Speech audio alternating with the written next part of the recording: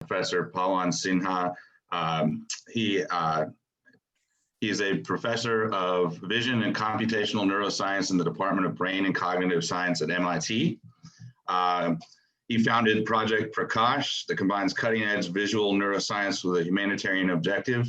Project Prakash sets up eye care camps in some of the most habitually underserved regions of India, and since 2003, gives free eye health screenings to more than 700 functionally blind children. The children are treated without charge, even those unsuitable for his research. His work has been featured in leading media, he has served on the program committees for prominent scientific conferences on object and face recognition, and is currently a member of the editorial board of ACM's Journal of Applied Perception. He's a recipient of the PSAR Vision Award from the Lighthouse Guild International, the Alfred P. Sloan Foundation Fellowship in Neuroscience, the John Merck Scholarship Award for Research on Developmental Disorders, the Jephthah and Emily Wade Award for Creative Research. I could go on and on. He has a tremendous number of accomplished awards. And then he's also been in the Guinness Book of World Records for creating the world's smallest reproduction of a printed book, which I love and would like to hear more about. Anyway, without further ado, Professor Sinha. Thank you very much, Michael, for that very kind introduction. And I can't tell you how much of a privilege it is for me to be able to join this, this gathering and to hear about the amazing accomplishments and the amazing service that your organization has provided near and far. Our contact and our gratitude for the Rotary Club goes several years back. Project Prakash has been supported by the Rotary Club in India, and several children can owe a debt of gratitude to that support. Several children who were formerly blind and now can see. So thank you very much. Ranjit, thank you for inviting me to share some of our work with this group. And before I launch into the few slides that I wanted to share, let me just say to David how very sorry I am to hear of his loss, and how very impressed I am to see how he has converted that tragedy into an opportunity to serve the less fortunate. So thank you for that inspiration. And thank you, John, for that very meaningful and very touching prayer. So with that, let me start by sharing my screen. Give me just a moment.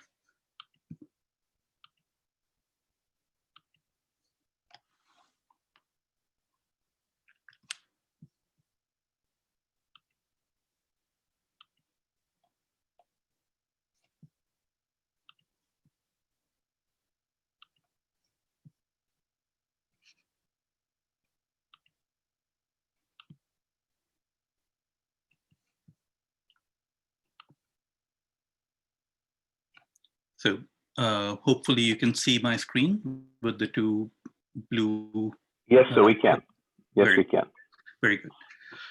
So I want to start with this very broad point that as scientists, we have our lives governed by two overarching goals. One is the goal to, of course, advance knowledge. And the other goal is to, in some way, to make contact with real problems in the real world, to help humanity. And we undertake our curiosity-driven research in the hope that at some point in the future, that research will translate into real benefits for society at large. That translation doesn't always happen. And when it does happen, it can often take many years. But there are some fortunate circumstances where the pursuit of these two goals coincides in time. So in the process of advancing mankind's knowledge, one also has the opportunity to immediately have a positive impact on the world. And the project that I wanted to share with you today, as Michael already mentioned in his introduction, is Project Prakash. But let me lead up to that with a little bit of background. So as Michael mentioned, I'm a professor of neuroscience, and this is the object of interest for me.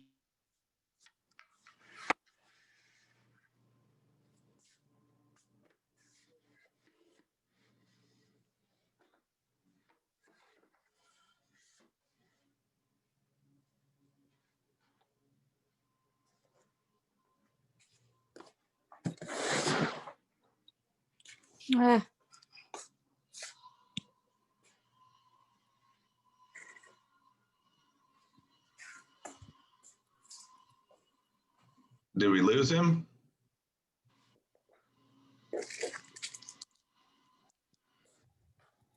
He's definitely frozen. Yeah, he's frozen on my screen too. It looks like we lost him. Frozen on Okay. our. There we go. Oh, Well, yeah, well, let him come back in. He should be back in a second. Okay. We have one more guest who's joined us. Mrinalini, welcome. Good to have you on here. All right.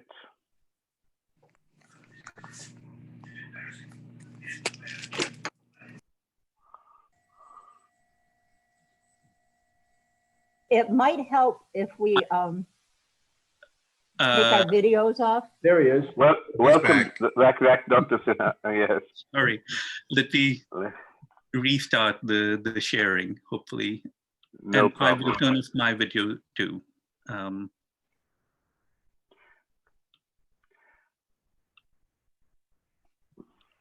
Okay, There we go. back. Perfect. Terrific. And let me just turn off my video. Dr. Sinha, I think we should be fine if you leave your video on. That should be fine. Yeah. Okay. Yeah. Go ahead. All right. So one of the most deep mysteries about brain function is how the brain learns. If you had to pick one ability of the brain that is the defining ability, it would be the ability to adapt to its environment, the ability to learn new things. So my lab focuses on learning, but it focuses it on a specific domain, and that is visual learning. How is it that the brain learns to see? Even though seeing is so effortless an activity for us, we open our eyes and everything immediately makes sense. This is really something that we have to learn to do. And it's a fairly big challenge, and it's perhaps not surprising that of all of the things that the brain does, it devotes the greatest amount of resources to the act of seeing. What I've highlighted here in blue is the region or the regions of the brain that are devoted to visual processing. So about a third of the human brain is devoted to vision. And my lab is trying to understand how do we learn to see. Let me give you an example of why the act of seeing is so impressive and so difficult. So what you're seeing here, this crazy chaos of hills and valleys, is actually an image that I'll show you in just a moment. But what I've done is I've changed the brightnesses of the image into heights to make it a little less familiar to you. So it's all of the original information of the image, but you're now seeing the luminances in that image as this pattern of heights and depressions. And it's very hard to tell from this complex landscape whether there are any objects in here. If so, what they are, where does one begin, where does another stop? And yet somehow our brain can take in this information when it's presented as an image, and it's able to do an amazing job of recognition. So here is the image that this landscape was derived from. So this is, of course, Jawaharlal Nehru, who was India's first prime minister, and Mahatma Gandhi. So looking at this image and looking at the landscape, you can perhaps now begin to see some correspondences between bright areas in the image, like Nehru's cap, and this peak in the landscape, or his sleeves and these high ridges. So the brain is able to take this chaotic information and derive meaning from it. William James, one of the most eminent psychologists of the US, he famously described this sensory chaos as a blooming, buzzing confusion. So when we start our lives, our brain is being bombarded with this sensory deluge of information, but somehow through development, we are able to go from that blooming, buzzing confusion to an organized sensorium. How that happens is one of the holy grail questions of neuroscience. And that's what my lab is interested in. So given that this is a question about development, when scientists try to study this, they tend to look towards newborns with the hope that if we can study newborns, whether human newborns or non-human newborns, if we can monitor how they are learning to see, then we would have some insights into what is this process of development.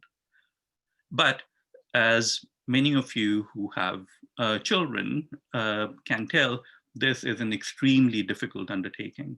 To work with a newborn is just horrendously challenging. Newborns, as I discovered when we had our son 14 years ago, love to sleep for about 18 hours a day. And even when they're awake, they're not particularly interested in being experimental subjects. And they have a very limited repertoire of comprehension and reporting. So typically what's done is that one waits for some months, say for 6 or 8 months, until the baby is minimally able to attend to what's being shown to him or her, and is minimally able to report what they are seeing. And even working with, say, an 8-month-old baby is quite a feat. But more fundamentally, the limitation of that approach is this. Visual development, as is shown in these timelines, visual development is a very rapid process. By the time a baby is about 6 months old, he or she is already an extremely sophisticated observer of the visual world. So if we have waited for 7 or 8 months to begin our studies of visual development, we've essentially missed all of the major milestones of development that we would have been interested in studying. So that brings us back to this question of how the brain goes from a blooming, buzzing confusion to an organized sensorium. How can we study this question systematically? And it was while I was struggling with this question as an assistant professor at MIT, pre-tenure, that I happened to visit my father in India. And through a set of serendipitous circumstances, I became aware of an opportunity in India that allowed us to make some headway on this basic scientific question and also have some positive impact on a societal problem. So what I learned was quite startling to me. Even though I had grown up in India, I had not realized just how disproportionately largely India is affected by blindness. About 1 in every 100 Indians is blind. This number comes from all age groups, adults as well as children. But if you were to confine your attention to pediatric blindness, the situation is just as bad. The incidence of childhood blindness in India is at least 3 times as high as in the West, as in the US or in Europe. And there are many causes of childhood blindness in India. These are a few of the big ones. Corneal scarring that you see on the left, cataracts that children are born with. So I used to think of cataracts as mostly an age-related problem that one becomes susceptible to once one is 70 or 80 years old or older. But it turns out that children can be born with cataracts due to a variety of causes. Various kinds of retinal dystrophies, retinopathy of prematurity, various kinds of tropical infections, and even infections of the mother while she's pregnant. And the congenital rubella syndrome is one of those big ones. So most of us, I would say all of us, have received the MMR vaccine, measles, mumps, and rubella. India, unfortunately, had not started a program of MMR vaccination until very recently. So there are still many cases of maternal rubella, which leads to the child being born blind. So given these kinds of causes, it turns out that a very large proportion of childhood blindness in the country is either preventable or even treatable. But because most of these children are living out in remote villages with no access to medical care, and certainly significant financial hardship, most of them stay blind for their entire lives. Even if their blindness is treatable, they languish with their blindness to their dying day. And the consequences of this lack of treatment are devastating and dramatic.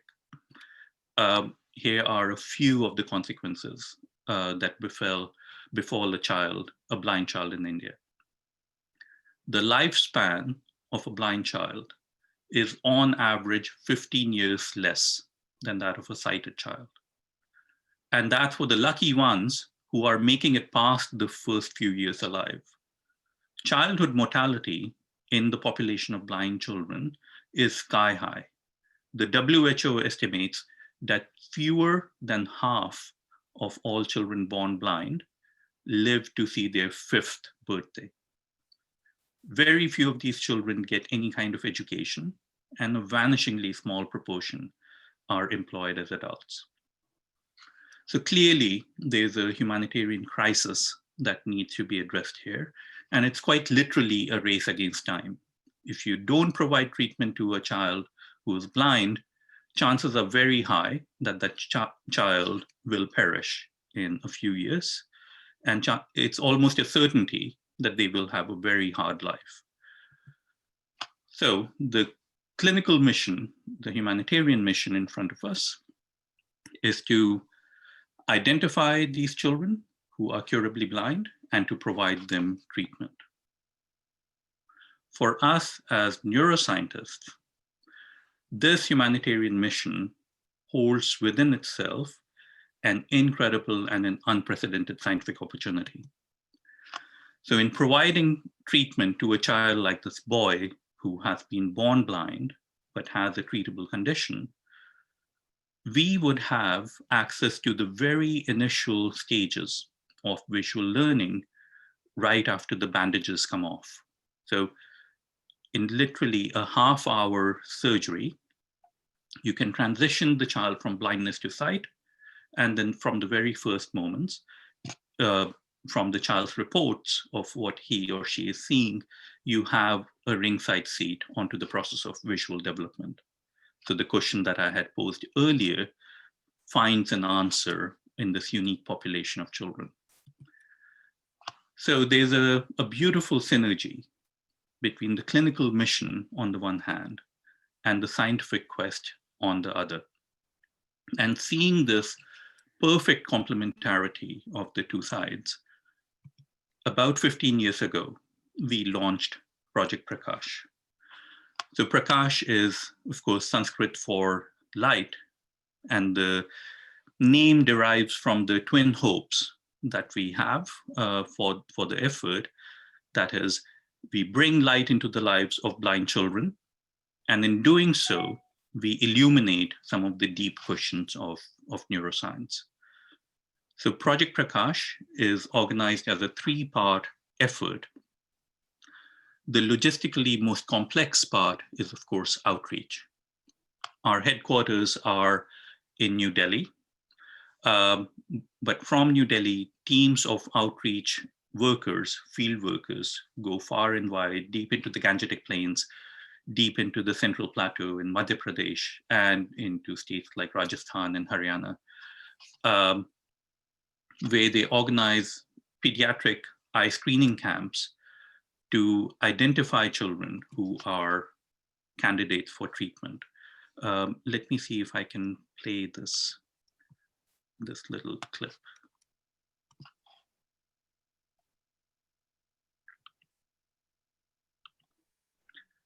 There we go. So this little video clip comes from an eye camp we had organized in a village outside of Allahabad.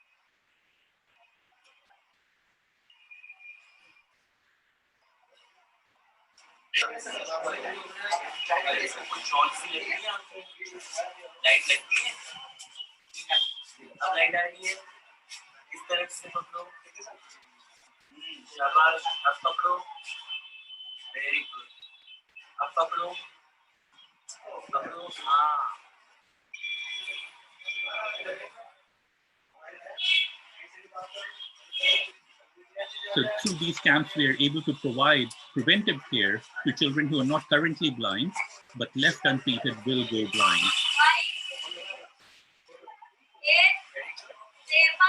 We are also able to provide optical aids to children who are not completely blind, but have low vision.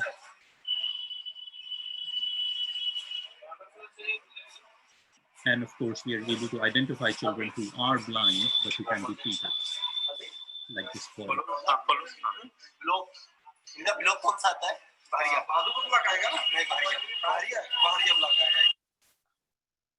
So after this, this outreach, we are able to bring the children into New Delhi. Our partner hospital is the Shroff Charity Eye Hospital in Daryaganj, one of the oldest and most respected eye hospitals in the country. Mahatma Gandhi and various leaders of the independence movement were treated there, where the children are provided with world-class eye surgeries. And let me see if I can share with you a short clip of the surgery.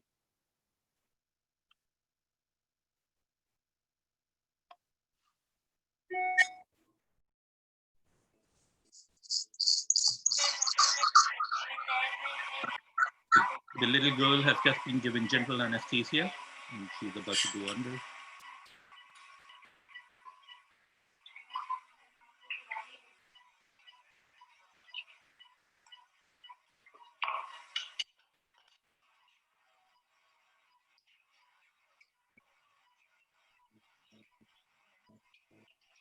You notice the dense cataract in the girl's eyes. So that's excised, and an acrylic lens is implanted in the eye.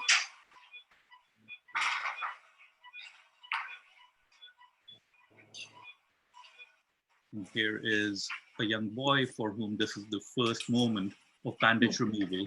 His left eye has not been treated at the time the video was made. We treat one eye at a time to minimize risk of infection. And that little bit of capillary bleeding on the side is nothing to be concerned about. That disappears very quickly. So this is the quote unquote magical moment, the first moment of sight. And we want to understand what is the experience right at that first moment, but also how does vision develop after the onset of sight. And that's where the research aspect of Project Prakash comes in. But even before we get to the question of how vision develops, we have to consider whether vision is going to develop at all in these children. So at the level of the brain, would there be enough plasticity, enough ability to change so that the neural structures can adapt to the infusion of information from the eyes so late in life? The child could be 8 years old or even older, like in this case, in his 20s. And coupled with the brain cushion is the behavior cushion. Even though the brain may change, it may change in ways that are not behaviorally meaningful.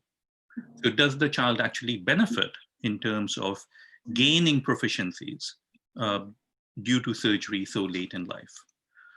And the reason we had to ask these questions is because there's a vast body of literature in neuroscience that provides for some reason for pessimism.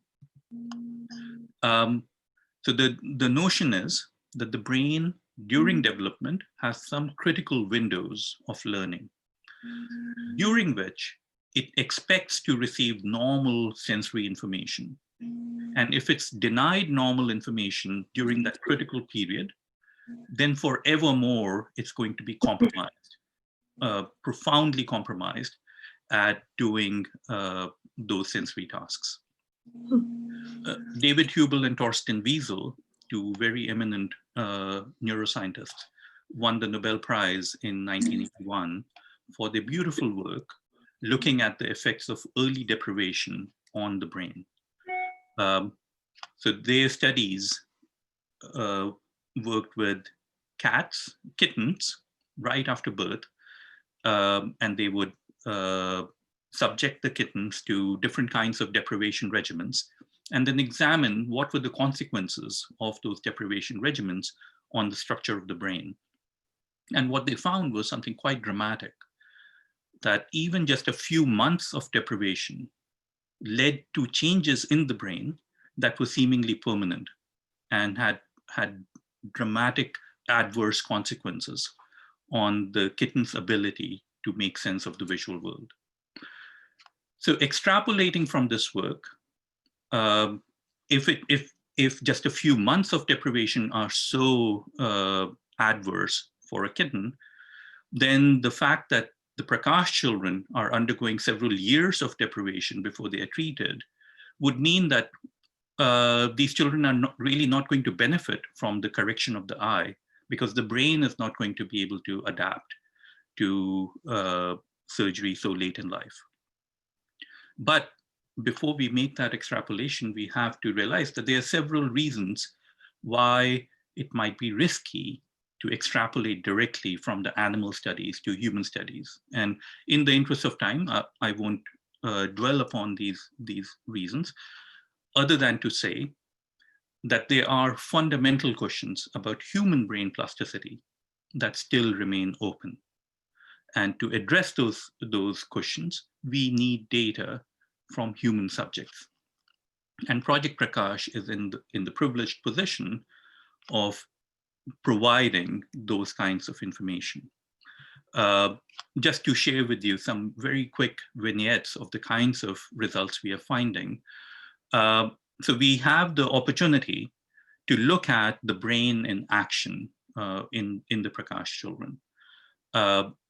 Through the kindness of a neuroimaging facility in New Delhi, we have the ability to do functional magnetic resonance imaging with the Prakash children prior to their surgery and for several years after surgery. So we can examine, can the brain change despite many years of congenital visual deprivation? And here are just a couple of examples. So here is the brain of a 20-year-old Prakash subject, so blind for the first 20 years of life. And you're seeing the brain at 4 time points. shown in the blue annotations. So 2 days prior to surgery, a week after surgery, a month after surgery, and 4 months after surgery. And without going into the details of exactly what the recording protocol is, what's evident is that the pattern of activation in the brain is undergoing a dramatic change, even within just a few months of sight onset, attesting to the fact that there is significant plasticity even 2 decades after visual deprivation. Here is another example of the same idea. So this is a 21-year-old, and after surgery, the person is lying in the scanner and is being shown different kinds of images. And what we are seeing here is how the brain responds differently to face images relative to non-face images. So what we find is that over a matter of about a year, the brain seems to rewire functionally and perhaps structurally to begin to exhibit strong activations, almost like normal activations, in response to specific classes of stimuli. And we have quite a few of these results now, leading us to answer the first question with some confidence in the affirmative, that the brain is plastic enough to make use of information from the eyes even late in life. On the second point, does a child actually benefit from the surgery? That's perhaps an even more important question from the perspective of benefit to the child. And one way to get a sense of what the answer is to simply look at the child's behavior after surgery. And let me see if this video will play. So here, I love this video. Some of you perhaps have already seen it. This is a young girl, Sumitra, who's 11 years old in this video. And you're seeing her prior to surgery. At this point in time, her vision is just light perception. She can tell night from day, but no more. And we have asked her to find a box of chocolates that we've put by the side of the corridor. And it seems almost cruel to be subjecting Sumitra to this task, but we wanted to make a clear point that her vision is severely compromised at this point. Now you see her 8 days following surgery.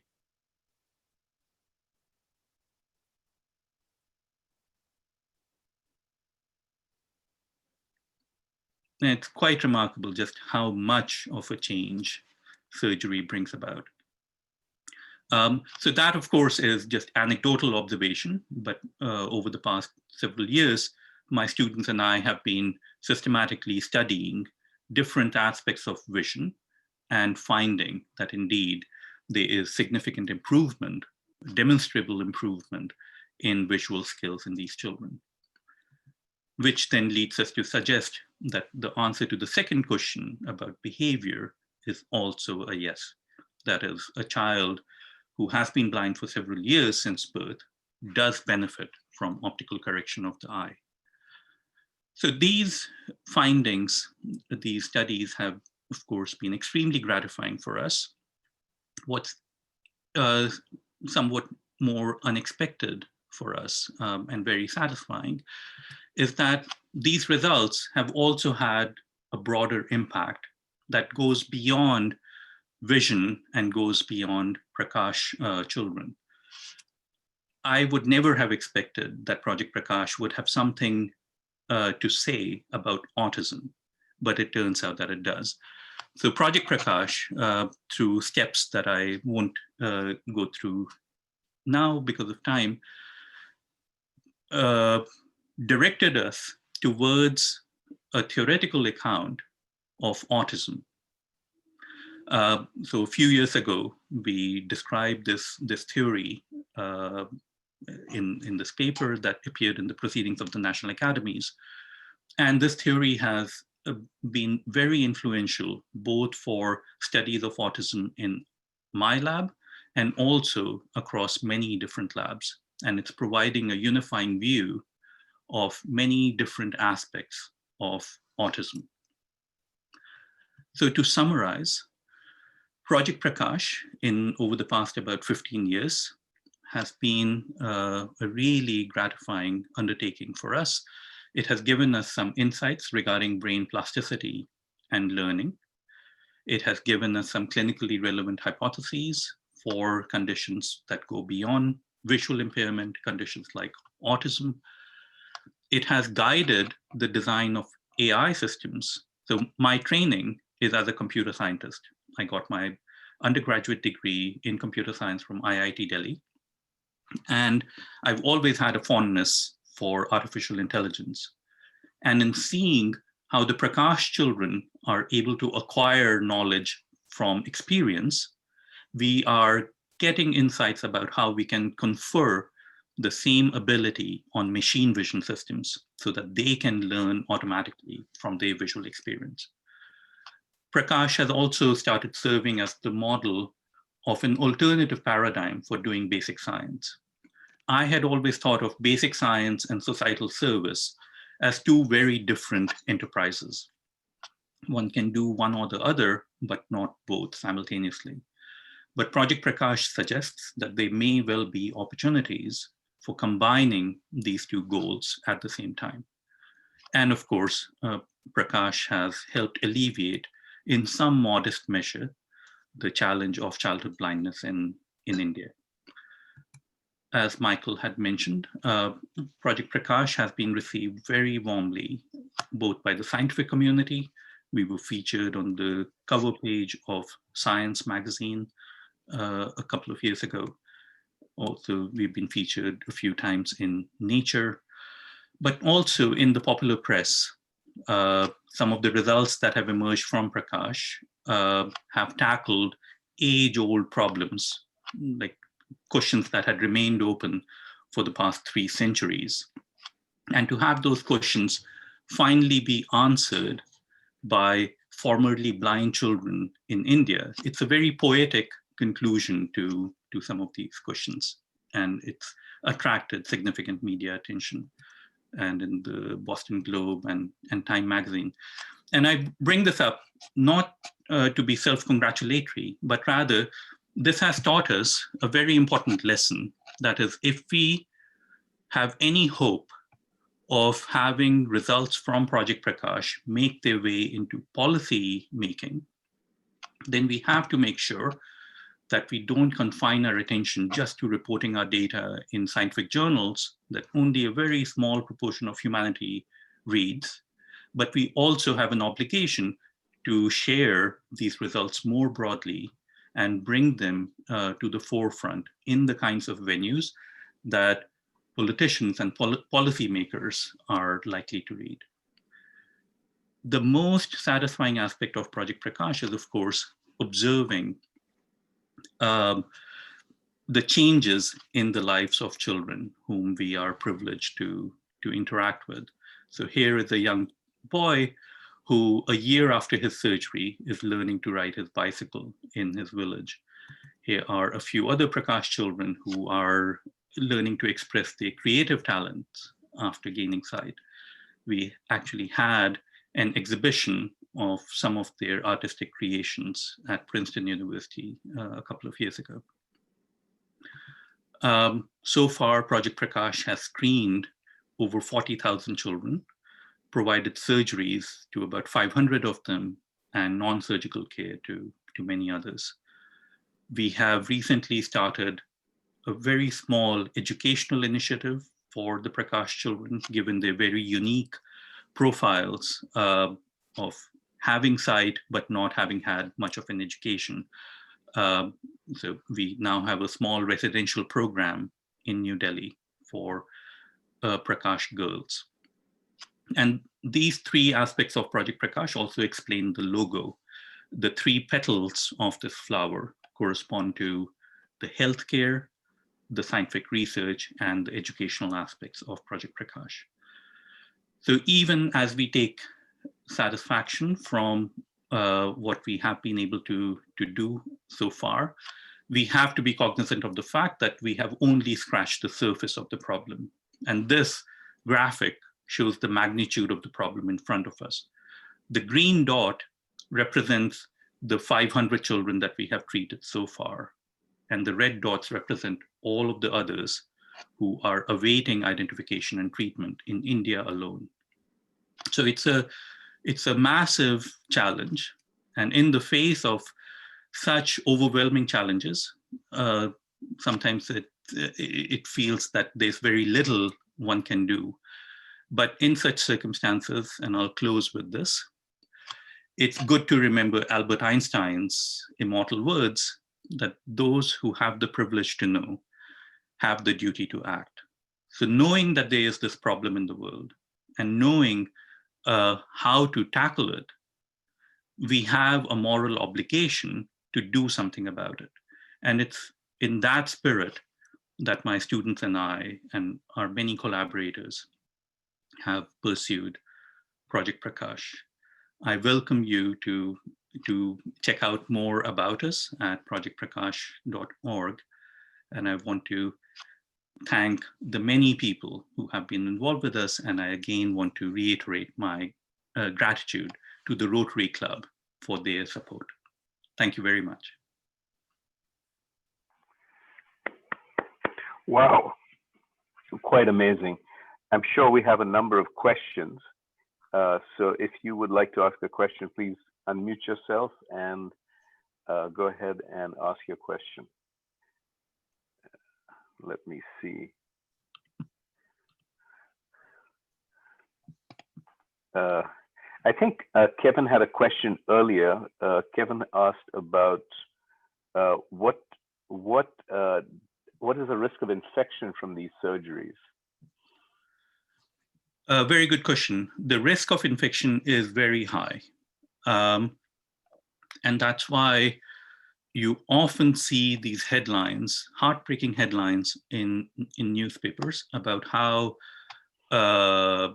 some well-meaning or perhaps not so well-meaning organization conducted an eye camp in a village where they treated 200 adults with cataracts, and half of them were infected.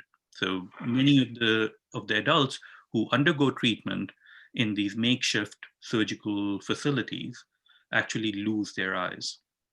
So we are cognizant of this very high risk of infection, and we insist that the child stays in the hospital with us for at least about 2 weeks after the surgery, until we are absolutely certain that their recovery is well on its way and the risk of infection has gone down to near zero. So I'm happy to report that with our cohort of nearly 500 children, I think we have had 2 instances of infection which we have been able to successfully handle. So it's a very good record because we are very careful. Excellent. Do we have any additional questions? Ranjit, this is Kashyap. Go ahead, Kashyap. Yeah, thank you. Thank you. I appreciate you taking the time. I'm an ophthalmologist here in Charlotte and really appreciate all the strong work. And particularly, I'm impressed with how you've been able to blend your passion for research and science with your also equal passion to make a difference. And I applaud that. I'd like to learn from you, if you could, how surgeons like myself could contribute to your efforts, or in other ways that non-surgeons can also contribute to your efforts. Yeah, thank you very much for your kind words, Dr. Kansupada. So we have received many kind offers from ophthalmologists in the US to come and help us with the surgeries that we undertake in India. And much as I would like to embrace this offer of help, the red tape that one has to, can you still hear me? We can hear you, we can't see you. That's all. That's strange. All right, I'll keep speaking. So the red tape hoops that we would need to jump through in order to have a surgeon from a non-Indian surgeon practice in India are daunting. So far we have not been able to benefit from expertise of non-Indian citizen surgeons. But we would, of course, love to have you join us to observe and to advise the procedures that we follow in India. There may well be additional things that we could lean on you for. I'm happy to give that more thought as to if you have some ideas for how you might want to be involved, and I can also think about those. And Kashyap, I'm happy to make the connection. In the interest of time, what we're going to do is close down the meeting, but then Dr. Sinha can stay on for some additional time to answer additional questions, and also, anyone who wants to has additional comments, please stay on the line. So with that, we will be making a donation to Project Prakash in appreciation for Dr. Sinha's presentation and also for all the good work they'll be doing. So the Rotary Club will be making a donation, and we'll get that out to Project Prakash. Thank you very much, indeed. No problem, Dr. Sinha. And so let's end with the four-way test. If you want to unmute yourself, of the things we think, say, or do. First. Is it the truth? Is it the truth? Second. Is it fair to all concerned? All concerned. Third. Will it build goodwill and Better friendships. Fourth. Will it be Be beneficial? beneficial to all concerned. And fifth. Will it be Will fun? it be fun? Indeed, will it be fun? The formal part of the meeting is adjourned. Please stay on the line if you have additional questions. If you want to visit for a little while, please stay on. I'll be here with you all. But the rest of you who have to get away, appreciate you being a little patient with us. But the meeting is adjourned. But if you have any questions, please address them to Dr. Prakash if you like. Hi, doctor. I have a quick question for you. Yes. Yep. What is the youngest child you've done surgery on? Great question. So the youngest that we have enrolled in our studies is 5 years old. But as Michael had mentioned in his introduction, we treat many children who are not suitable for our scientific studies. So the youngest there is, I believe, 3 years old. Oh, that is amazing. What is your largest barrier to scale? So I hate to say this, but it's money, because I'm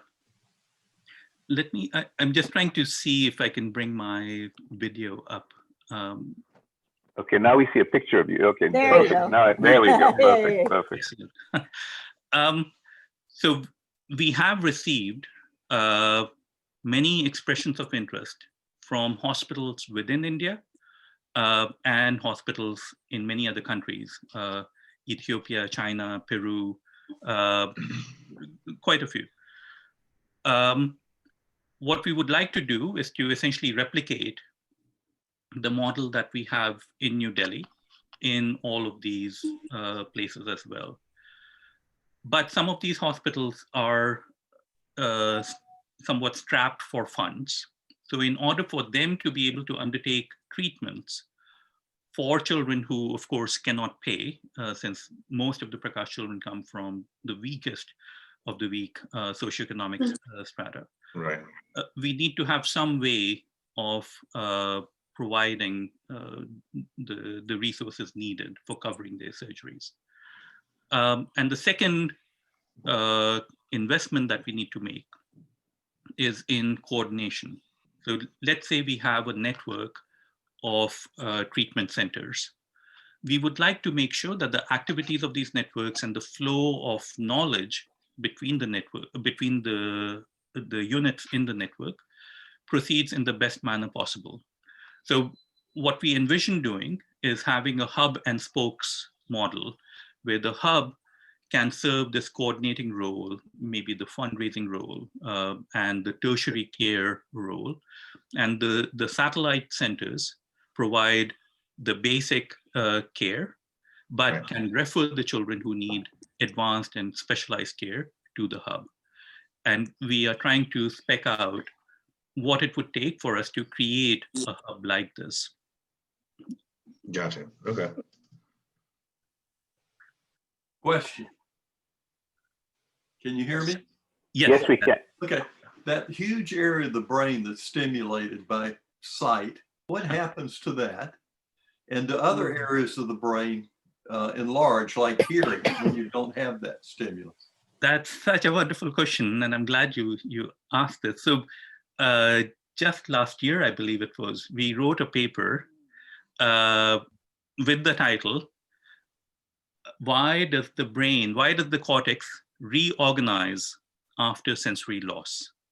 Mm-hmm. So in that title is one of the answers to your question. That is, given how large of a territory in the brain vision controls, for a blind person, it would be kind of odd to let like 33% of the brain just sit idle and not do anything. So what's been found in neuroimaging studies is that in the brain of a blind person, you begin to see auditory and tactile responses in the visual cortex, the putative visual cortex. Now, in the normal brain, audition has about, say, 2 square centimeters worth of the cortex devoted to it. So about the size of a postage stamp. The visual cortex is much, much larger. So for audition to now gain access to the visual cortex, it would be like playing football in one's backyard and then suddenly having access to the Superdome and upping your game. So one would think that with that increased access to neuronal resources, one's auditory capabilities or a blind person's auditory skills would skyrocket. And surprisingly enough, that does not happen. So what's indisputable is the fact that you do get auditory responses in the visual cortex of a blind person. But what's not at all clear is why that happens, because it does not confer, contrary to popular view, it does not confer any added benefits to auditory acuity. In fact, I talked with a few blind individuals, and I asked them about this general idea that the blind have higher acuity, higher tactile acuity, or higher auditory acuity. And they said that they find this extremely frustrating, that the world just kind of assumes that this must be the case, and it's not really. So the answer to your question fundamentally is that we don't know. The brain does reorganize, but we don't know why it does. Thank you. Thank you. Bob, you had a question. Sorry, Bob, you had a question. Sorry, go ahead. Dr. You have to Sinha, unmute. Yeah, sorry, go ahead, Dr. Sundarpal. Sorry. this is Surendrapal. Dr. Sinha, great presentation. Thank you. Appreciate that. And really appreciate the humanitarian work you are doing in India. Thank you. This is really commendable. My question is that, there are several causes of blindness, which you mentioned, cataract and corneal opacity and the retinal damage or retinal problems. I'm sure if it is a retinal problem, then the results are not going to be like what you described. It will be different than if it was a cataract or the corneal opacity. Just any comment on that? Yeah, so that's absolutely right. The conditions that we can treat are corneal opacities and cataracts. Anytime one goes to the posterior segment of the eye, so whether it's the retina or the optic nerve, and certainly the brain, there are simply no medical treatments, not in India, not anywhere in the world. So for the present, we are confined with treating the front of the eye. Thank you. Go ahead, David. Yes, Dr. Sinha, first of all, David Hodgkins here. Thank you for the comments about our foundation and what we're trying to accomplish from our losing our daughter. I think I just got the answer there. So our grandson was born to her at 11 months premature. And what we were told, and understand I am the grandfather, I'm not the father or the mother. So, but what we were told is because he was born 11 weeks premature, his retinas didn't form, wouldn't connect properly. They weren't connected. That's one of the last things that connect in the formation of a baby, which we never knew all that. So what I'm saying to you, he is blind, totally blind. He's 13 years old and very smart kid and plays the piano and all these kind of things. He runs his iPhone more than I know how to run my iPhone, and he's 13 years old and he's blind. But the question, I guess what I'm saying to you is what I just heard is we've been told that really there is not, the connecting of the retina is not something that is possible at this point in time. I mean, I guess I'm asking you, is there any hope on this? So at the moment, regrettably, there isn't. There is a tremendous amount of research being done on two fronts. One is, if the retina itself is non-functional, can that be replaced with silicon retina, essentially? So can the signaling that's done by the photoreceptors in the retina, can that be taken over by something that's quite like the sensor that we have in our cell phone cameras? And there have been some encouraging results, but there's still a long way to go before that's useful enough that the risks are worth taking. That's one line of research. The second line of research is connecting neuronal pathways. So if it is indeed the case that your grandson has a functional retina, but it's the connection between the retina and the brain that's affected, then the problem is one of establishing those connections between the retina and the brain. And that is a huge challenge. I mean, it's the same reason why, say, Christopher Reeves, after his neck injury, was unable to gain function of his lower body because the spinal cord needed to reestablish connections between the neck and the rest of the spinal cord. And that regeneration of nerve fibers is something that's currently not feasible. But again, there's a lot of research in there. So at the moment, retinal and neural challenges are very hard to treat. Thank you. Yes. Dr. Prakash, this is Cleve Howard. I'm a retired pediatric ophthalmologist, used to work at Miami Children's Hospital. One of the things that we were always faced with was early detection of sight-threatening medical problems, cataracts in particular. And the critical period for children seems to be 40 days, but we found that if we had the surgery and had the contact lens or intraocular lens in place even before that time, the results were astoundingly good. So the 2,000 children born in the US with cataracts each year, the problem here in this country is finding them in that critical period of time. In my practice, I was in the Air Force for 20 years before devoting it to pediatric ophthalmology. I saw many adults with amblyopia in one eye and then for other unknown reasons lost their good eye, and their vision improved over the years, decades. So the plasticity is there.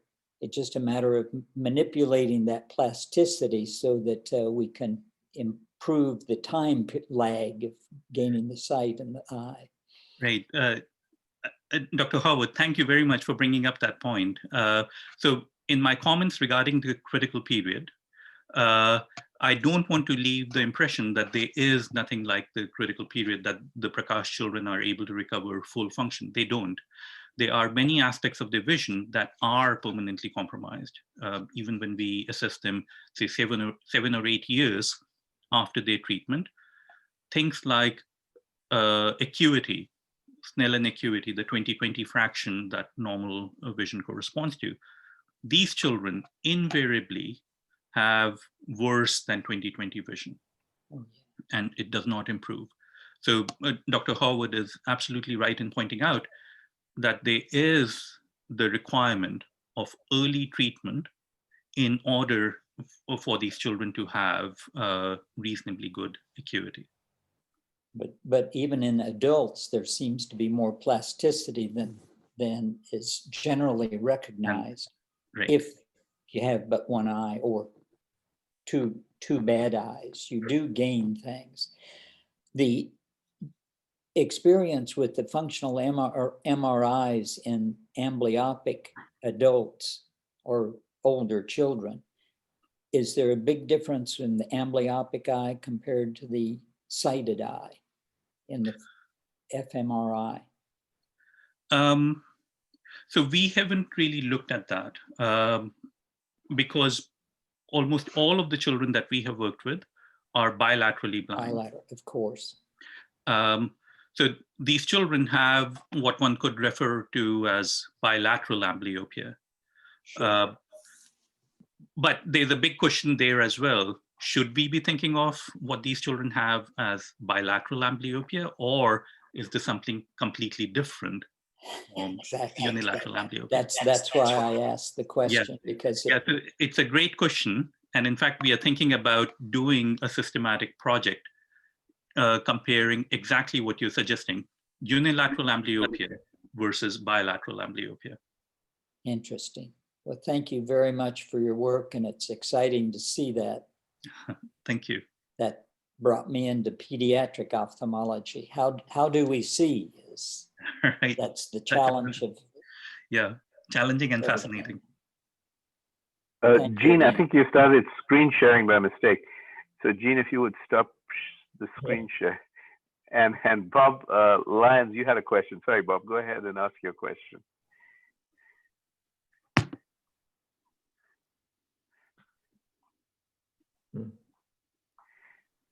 Bob, can you unmute yourself? Jenny, could you unmute Bob?